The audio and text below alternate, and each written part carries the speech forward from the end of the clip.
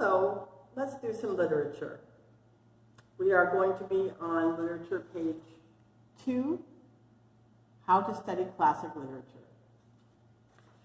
You should already have the page out and the pencil, because in the description of this video it told you this was literature number 2. So be prepared. So at the top we have a summary of the definition of literature that we got from our last study when we did the first things to know about literature. Literature is the best written expression of the best ideas. Classic is something of first rank, pure, correct, and refined. In other words, really high quality. So let's stop here for a second and talk about the difference between classic literature and what we like to call sugar books. And there's some that are kind of in between. Classic literature is stories that are of the highest quality. Sugar books are fun to read, but they're not high quality stories, like Junie B. Jones or Captain Underpants or Diary of a Wimpy Kid. Those are sugar books. Other books are not classics yet because they haven't been around long enough to remain popular. This book we're going to be reading was written before I was born, a long time ago. So it has stood the test of time, as they say. It's still a book that people read and enjoy and find to be high quality. So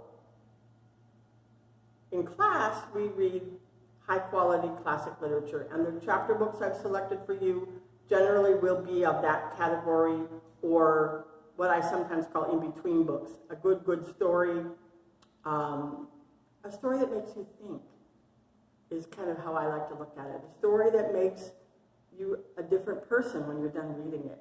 There's even movies that are like that. Cartoon movies even, like The Incredibles, the first one.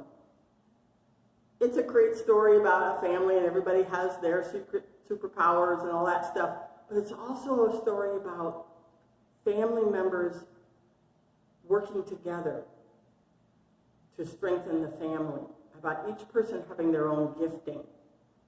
Now, nobody has a gifting like Dash or like the mother where she can stretch out, but we all do have a gift. Some people may have a gift for encouraging people when they're sad, or a gift for working with little children and making them not afraid anymore when they're crying, or a gift in school, of a gift with art or music or math, even math. Miss Margaret likes math, you know that. So even a book or a movie like that has a message. Classic literature is more than just a story. It teaches us something about us as humans, about life, about the Lord, all kinds of things like that. And in literature, there are two types of literature. There's fiction and there's non-fiction. You don't need to write this down, just listen a second. Fiction, I always got them mixed up when I was a kid. Fiction, I think of fiction equals fake. They both start with an F. Not fake like bad, but made up stories. And there's historical fiction, stories that happen in a real time in history, but the main character is a made-up person, like in Door on the Wall. It was a real time period. There were real monasteries. There were monks. There was a city called London. There was a King Edward. But Robin and Brother Luke and those people were made-up characters who did things just like real people would have done in those days. Then there's non-fiction, not fake, which includes things like biographies, stories of the lives of real people. There's books about history, books about art, all kinds of different things that are true things that are in books. Not textbooks like our history book, but a book like about World War II. And it would have pictures and information about what happened during World War II. We could have books about science. It could be a book about tigers. That would be a non-fiction piece of literature. So, but when we study classic literature in our class, we do more than just read a good book. We take time to savor it and study it for all its good qualities. And one way to do that is by looking at the 5 elements of literature. So we're going to talk about what those are right now. And you're going to write on your paper what those 5 elements are. So let's turn the camera around so you can see the board. And I'm going to write them. Setting. Setting is the place and time where the story happens. So let me write that down for you.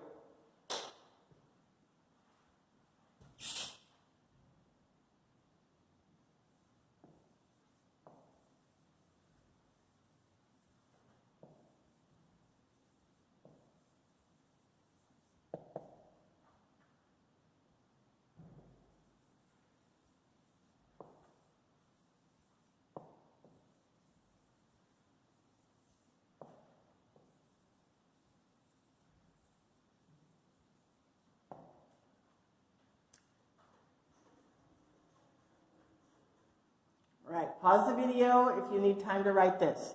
That's setting. So on the lines next to setting, write that.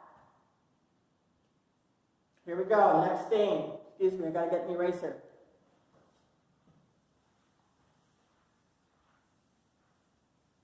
The next item is plot.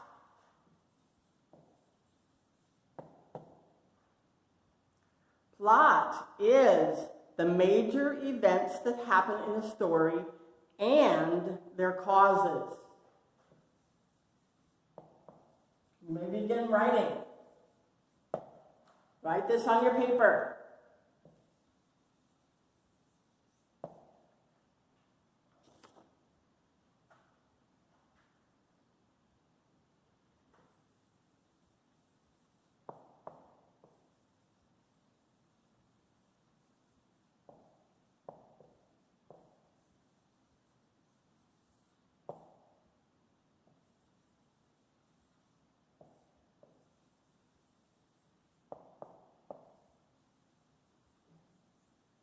Okay, pause the video if you need time to write that down. Underline the word "and" in there because we forget that it's not just the events, but their causes.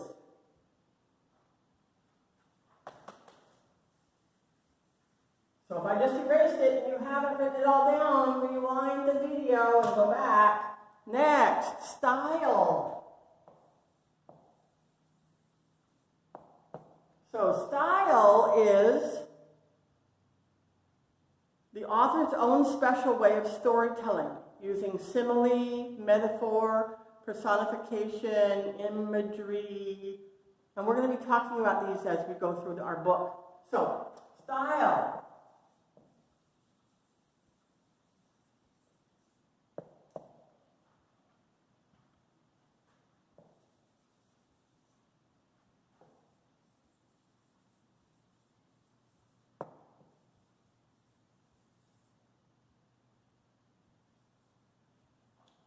Author's own special way of storytelling.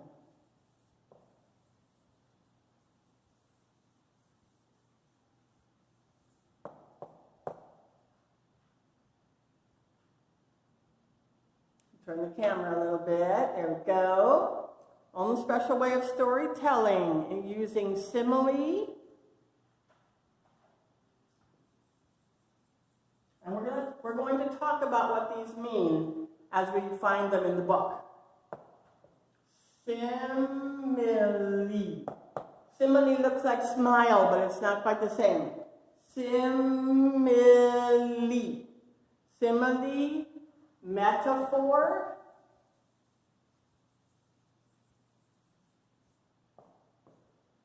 personification,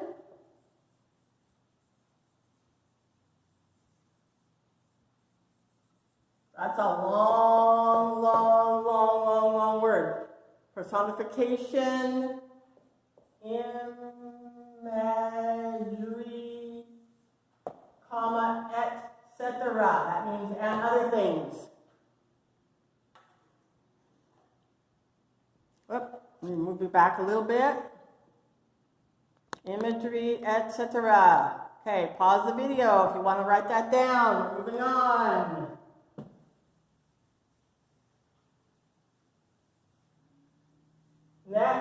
is characterization. That's a long word.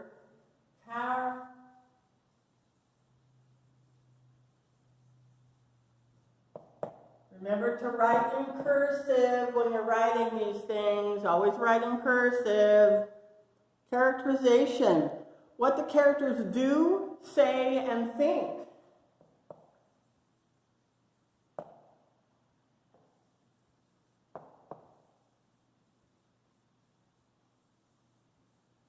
What the characters do,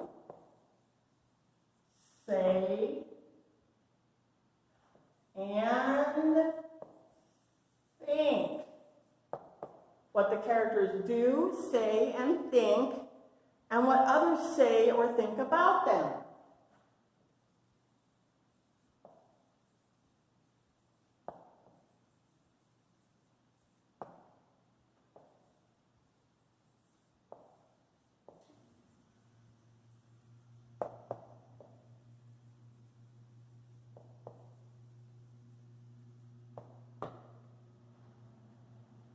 So, characterization.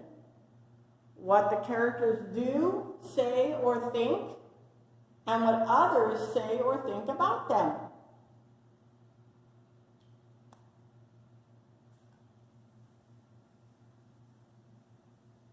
And last, leading ideas.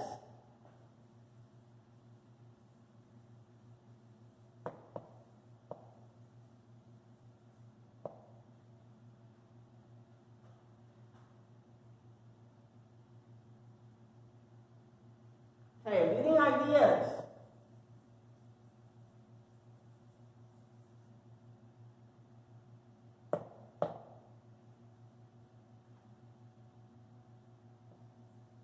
Principles.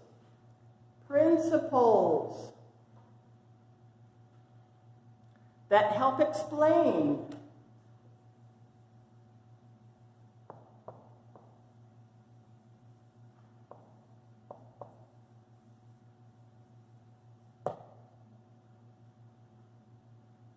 The cause.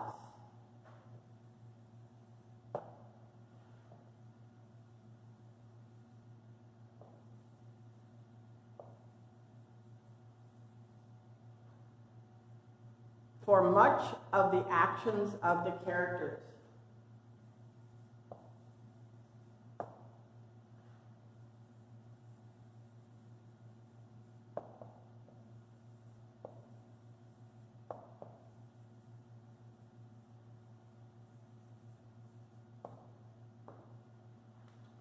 So, leading ideas are principles that help explain the cause for much of the actions of the characters. Examples. Love of family. Love of family is a leading idea.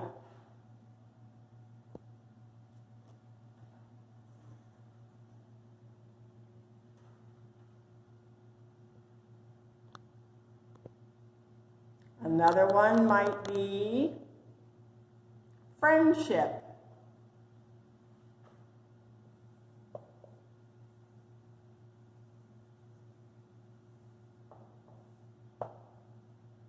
So you can put those two examples just to remind you to think about what leading idea might mean. So that's all for this lesson. And as we begin reading our book, we will look for these 5 elements as we're studying and savoring, enjoying our book.